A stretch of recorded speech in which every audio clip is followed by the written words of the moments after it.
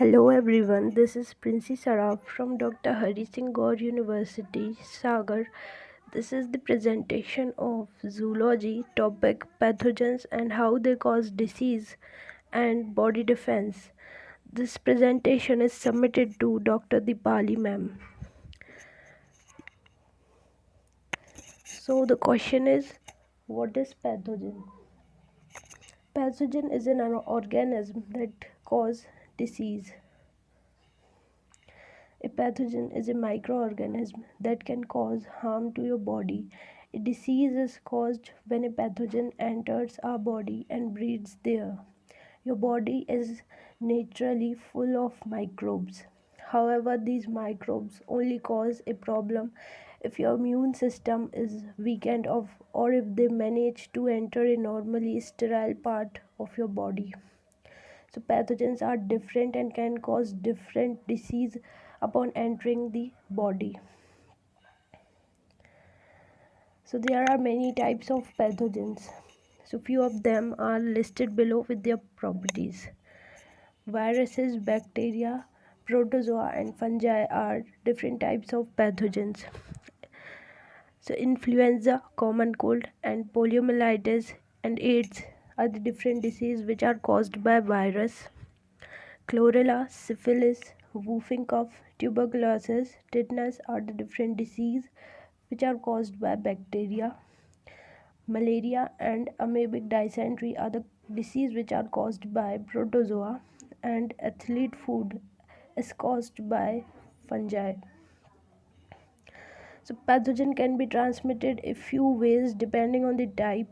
They can be spread through skin contact, bodily fluids, airborne particles, contact with feces, and touching a surface touched by an infected person.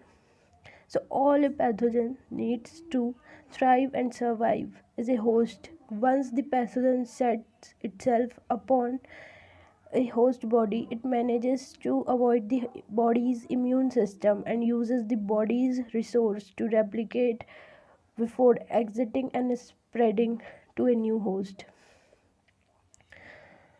So let me talk about the pathogens type. First, the bacteria.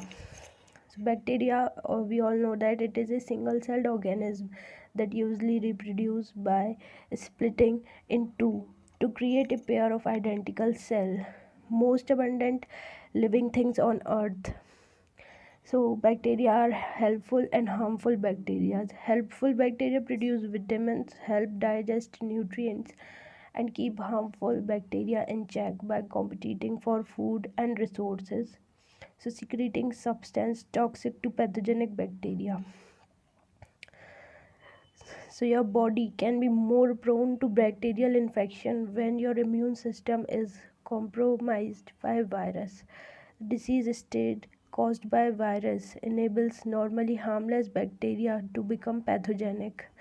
Antibiotics are used to treat bacterial infection. Some strains of bacteria have become resistant to antibiotics, making them difficult to treat. This can happen naturally, but also because of the overuse of antibiotic, according to the World Health Organization. So pneumonia is the disease associated with virus. In this disease, inflammation of the lungs. The symptoms are fever, chills, shortness of breath, cough, and leading infection cause to disease worldwide. So meningitis, infection of the membrane covering the brain and spinal cord. The symptoms are fever, headache, stiff neck, confusion. Another disease is strep throat. This red, sore throat with white patches on the tonsils. The symptoms are swollen lymph node, fever, headache. Another disease is tuberculosis. In this disease, chronic bacterial infection that usually affects the lungs. Symptoms include coughing, fatigue, night sweats, weight loss. 10 to 15 billion Americans have been infected and carry this disease. Ulcer is another disease in which pain in abdomen, nausea, and loss of appetite are the different symptoms. So let me talk about virus. Virus is a very small infectious agent composed of nucleic acid surrounded by a protein coat, and it lacks an independent metabolism and reproduces only within a host cell. And inside the host cell, it sheds its protein covering and genetic material, takes control of the cell and create more virus. So viruses are made up of pieces of genetic code such as DNA or RNA and protected by a coating of protein. Once you are infected, virus invade host cells within your body. Then they use the components of the host cell to replicate, producing more viruses. So common cold is a disease which is caused by virus. It lasts for 1 to 2 weeks, almost always transmitted by hand to hand contact. Reduce risk by washing hand frequently and avoid touching face. Avoid multi-symptom cold remedies. So nowadays COVID-19 is a virus which is spreading uh, very rapidly in all around the world. Influenza is a infection of the respiratory tract, commonly called the flu. Symptoms are fever and extreme fatigue. Recovery within 1 to 2 weeks, but can develop pneumonia. Highest rate occurs in children.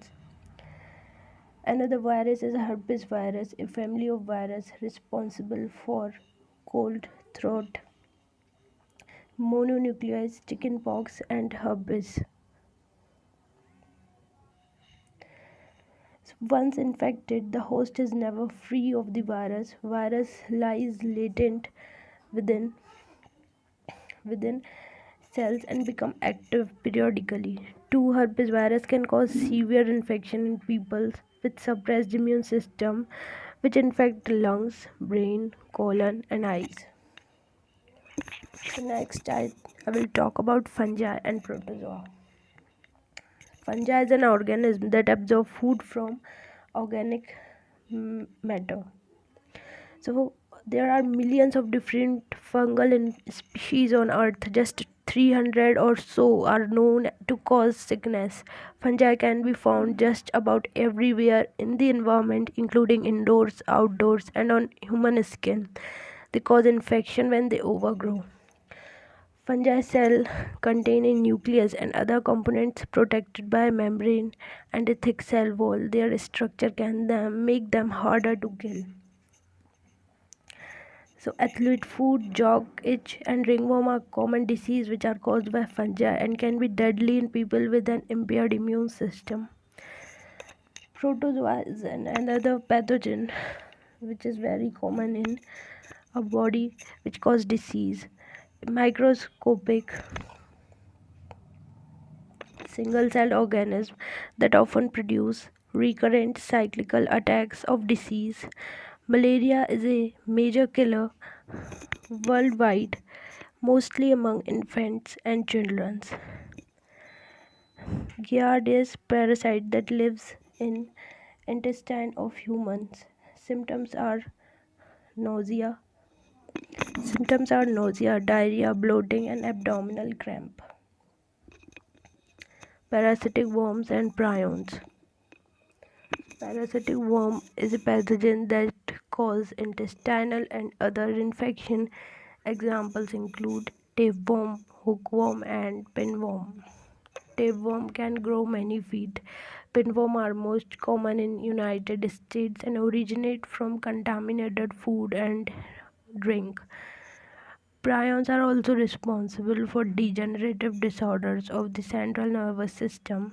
So it lack DNA or RNA and consist of only protein. Sponge-like holes in the brain. Symptoms are loss of coordination, weakness, dementia, and death. Examples include mad cow disease. So let me talk about how pathogen enters the body. Pathogen enters the human body in two ways, either by the direct means or indirect means. So direct contact means that disease causing microbe is passed from one person to another when their bodies touch in some way. And indirect contact happens when the microorganisms are carried to a person in some way instead of by actual body to body contact. So indirect transmission include vector transmission, food transmission, water transmission. So vector transmission involves an animal such as an insect. For example, malaria is transmitted by a female Anopheles mosquito. Food transmission by eating raw or undercooked food or drinking water contaminated by sewage means you take large number of microorganisms straight into your gut. Example, salmonella. Water transmission contaminated by sewage means you take large number of microorganisms straight into your gut, that is chlorella and amoebic dysentery.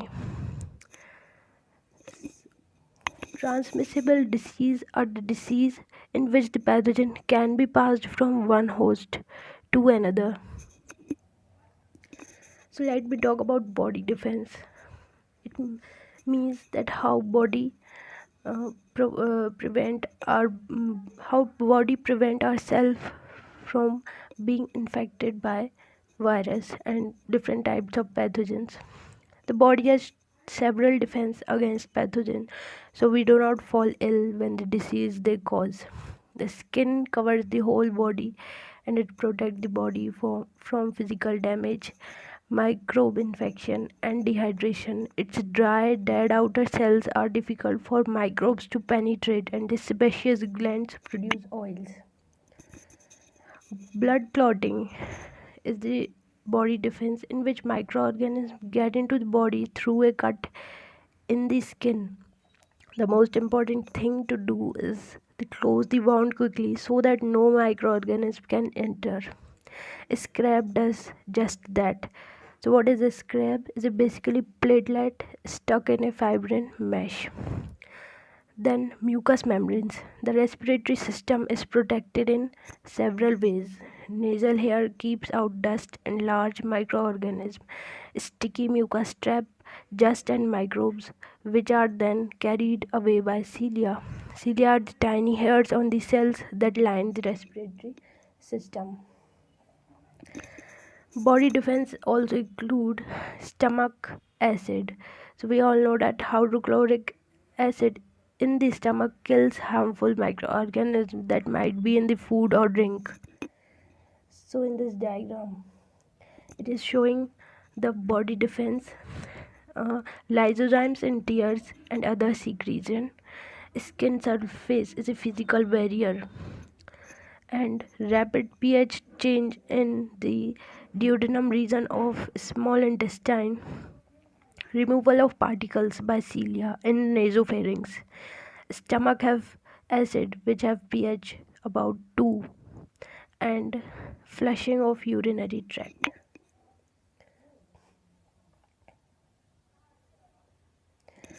Then we talk about food hygiene. So keep your own bacteria and virus away from the food. Always wash your hand before touching or eating food or putting your hands into your mouth for any reason. Never cough or sneeze over food. Keep animals away from the food. For example, if we leave food uncovered and allow housefly to settle on them, then they bring them bacteria. As they continue feeding, they split their saliva on the food and contaminate it. So do not keep food at room temperature for long time as bacteria start breeding. Keep raw meat away from food as it contains bacteria. So let me talk about how immunity develops in our body. So during the first encounter when a pathogen, there will be a few lymphocytes with specific receptors. It takes time to divide to form clones, B lymphocytes to create antibodies and T lymphocyte production. So if the same pathogen invade again, persisting memory cells can give a faster, more effective response. So this is the graph which is showing the primary response and secondary response. When first exposure to antigen, our body shows a primary response and it is very slow, and it takes time. And when these antigen uh, again infect the body, then it shows a secondary response, and it is called the active immunity. So secondary response happens more quickly and produce many more antibodies. So, what is natural immunity and active and passive immunity? An infection is an example of acquiring natural immunity. It is called active as your body needs to work to produce the necessary antibodies. So, when a mother breastfeeds her baby, she passes antibody to it. This is a way of acquiring passive immunity, as it is a way of gaining antibodies without the immune system having to produce them. The thick yellowish milk colostrum that is produced for the first few days after birth is particularly rich in antibodies. So, what is artificial immunity? An alternative to natural immunity developing is the give vaccination. So it is called artificial immunity when you give vaccination. So it is a ready-made antibodies for the antigen. So antigen is injected into the body. This is maybe in the form of an inactivated bacterial toxin or attenuated, not harmful virus, which would promote active immunity, or the injection of the antibodies or antitoxin, which would promote passive immunity, that is Clostridium tetani. So, what is passive immunity? It doesn't last as long as active immunity.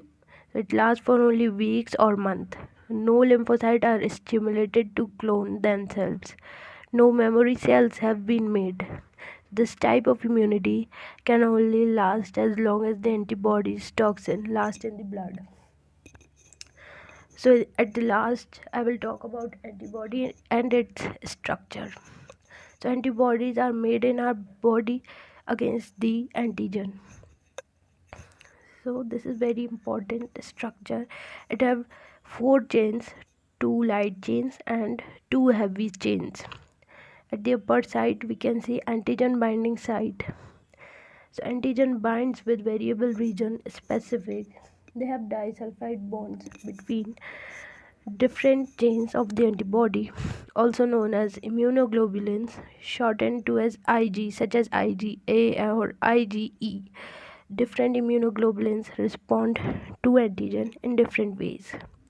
So thank you very much for listening me.